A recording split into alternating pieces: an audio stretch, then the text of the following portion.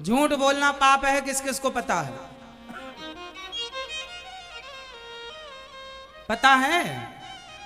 तो तब तो आप लोग सच ही बोलते होंगे। फिर पता है ना आप लोगों को, तब तो आप लोग बहुत बड़े सत्यवादी होंगे कि झूठ भी बोलते हैं आप लोग। आप झूठ बोलते हैं? कितने लोग झूठ बोलते हैं आप में से? हाथ उठाओ।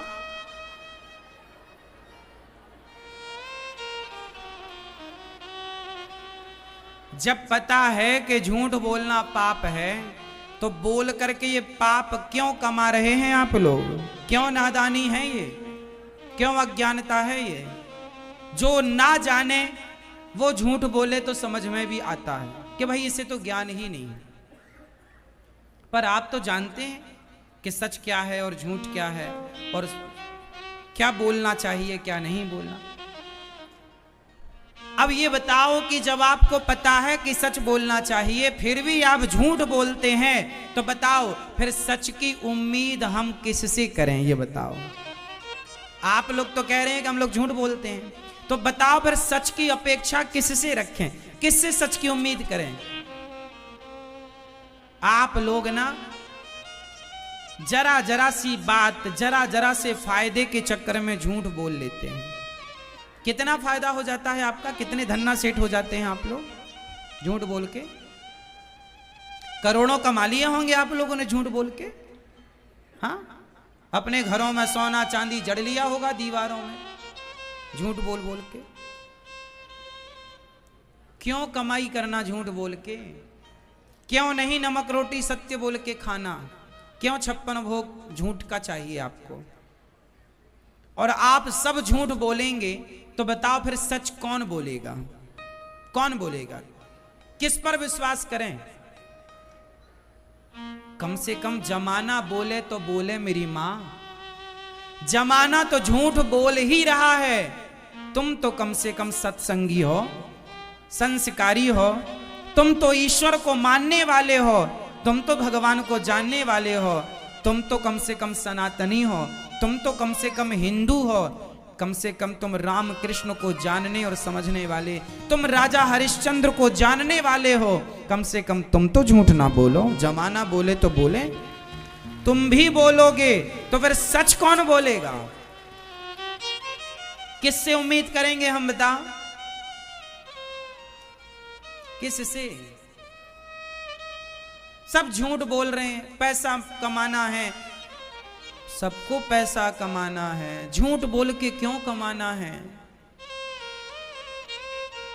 सच बोलने के नुकसान क्या है? लोग कहते हैं सच बोलेंगे महाराज जी गुजारा नहीं होगा।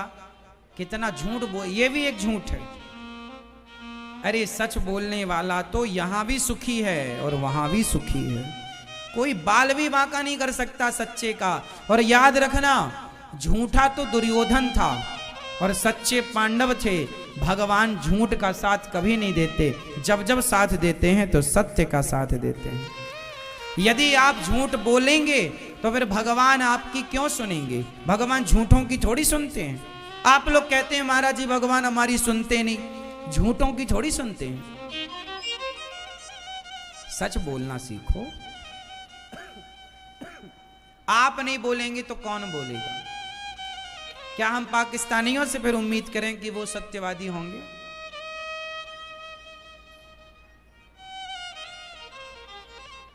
सुनो, जब दशरथ जी की मृत्यु हो गई, राम जी वनवास चले गए 14 वर्ष के लिए, और पिताजी की मृत्यु हो गई तो पिताजी का अंतिम संस्कार श्री भरत जी ने किया। जब भरत जी अंतिम संस्कार कर गए तो गुरु वशिष्ठ जी ने एक सभा रखी, मीटिंग। उस सभा में पूरा नगर, मंत्री संतरी सब इकट्ठे हुए। तो गुरु वशिष्ठ जी ने भरत जी से कहा, बेटा भरत, तुम्हारे पिता के 2 वचन थे, 2 वरदान मांगे कैकेयी ने, और दशरथ जी ने कैकेयी को 2 वरदान दिए। पहला ये दिया दशरथ जी ने कि राम को 14 वर्ष का वनवास तो तुम्हारे भैया राम वनवास चले गए पिता की बात मानकर। अब तुम्हारे पिता का दूसरा वचन है कि बेटा भरत को राजा। तो सुनो भरत, तुम्हारी मां और तुम्हारे पिता की इच्छा थी कि तुम राजा बनो अयोध्या के, तो हम सभी लोग तुम्हें इस राजगद्दी में बिठाना चाहते हैं। तो एक काम करो, कल का मुहूर्त बढ़िया है, तुम तैयार हो जाओ, कल तुम्हें राजा बनाएंगे, क्योंकि ये तुम्हारे पिता की आज्ञा है और तुम्हारी मां की इच्छा है। कोई विरोध करेगा क्या? सारी अयोध्या ने कह दिया ना, कौन विरोध करेगा? जब राजा ने कह दिया कि ये बेटा बैठेगा इस गद्दी पर, सब तैयार हैं। भरत जी से पूछा गुरु वशिष्ठ जी ने, बेटा भरत क्या तुम तैयार हो? भरत जी ने मना कर दिया, मैं तैयार नहीं हूं। क्यों? तुम अपने पिता की आज्ञा का पालन नहीं करोगे ना? मैं नहीं कर सकता पिता की आज्ञा का पालन। अरे पिता की आज्ञा का पालन करना सही है। भरत जी बोले ना, मुझे सही नहीं बनना। यदि मैं राजा बन गया गुरुजी, तो ये पृथ्वी रसातल में चली जाएगी। ये पृथ्वी रसातल में नीचे चली जाएगी, डूब जाएगी पानी में। वशिष्ठ जी ने कहा, वाह भरत, इस धरती पर रावण जैसे पापी हैं, उनके पाप से तो पृथ्वी रसातल पर नहीं गई। हिरण्याक्ष हिरण्यकश्यपु जैसे पापी हुए, उनके पाप से तो ये पृथ्वी पाताल में नहीं गई, रसातल में नहीं गई। तुम जैसा धर्मात्मा भरत राजा बन जाएगा तो पृथ्वी रसातल में चली जाएगी। तब वहां भरत जी ने जो बात कही वो आपको सुननी चाहिए। वहां भरत जी ने कहा, गुरुदेव ये जो पृथ्वी है ना, इस पृथ्वी को रावण, हिरण्याक्ष और हिरण्यकश्यपु जैसों से उम्मीद नहीं है। धर्म की, सत्य की, ये सत्य की उम्मीद रावण से थोड़ी है। सत्य की उम्मीद हिरण्याक्ष हिरण्यकश्यपु से थोड़ी है। लेकिन मैं भरत हूं, इस पृथ्वी को भी, इस प्रजा को भी सत्य की उम्मीद मुझसे है।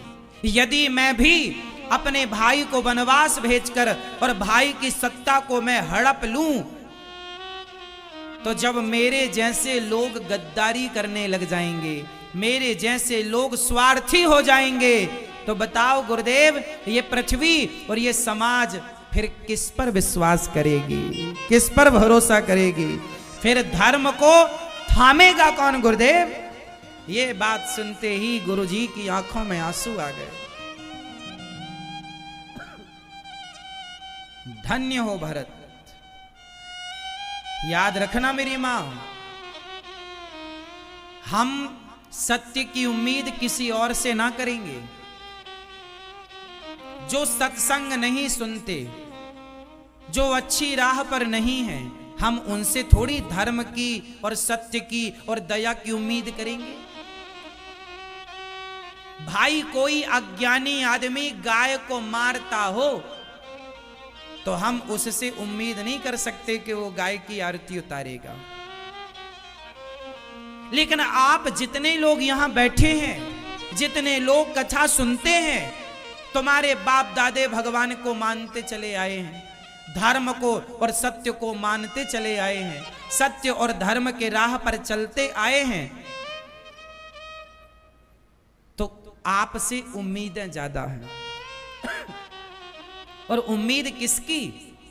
कि आप जमाना झूठ बोले तो बोले, पर आप लोग झूठ नहीं बोलेंगे, क्योंकि आप कथा सुनने वाले लोग हैं, धर्म को जानने वाले लोग हैं। जमाना मांस खाए तो खाए, हमें आपसे उम्मीद है आप लोग नहीं खाएंगे, क्योंकि आप धर्म से, ईश्वर से जुड़े हुए लोग हैं। और सोचो कि भगवान से जुड़ा हुआ व्यक्ति भी मांस खाने लग जाए और झूठ और छल करने लग जाए, तो फिर सत्य की उम्मीद हम किससे करेंगे? कहां जाएगा सत्य? कहां जाएगा धर्म? कहां जाएगी दया? जो बिहारी जी का दर्शन करके बाहर लौट रहा है, बिहारी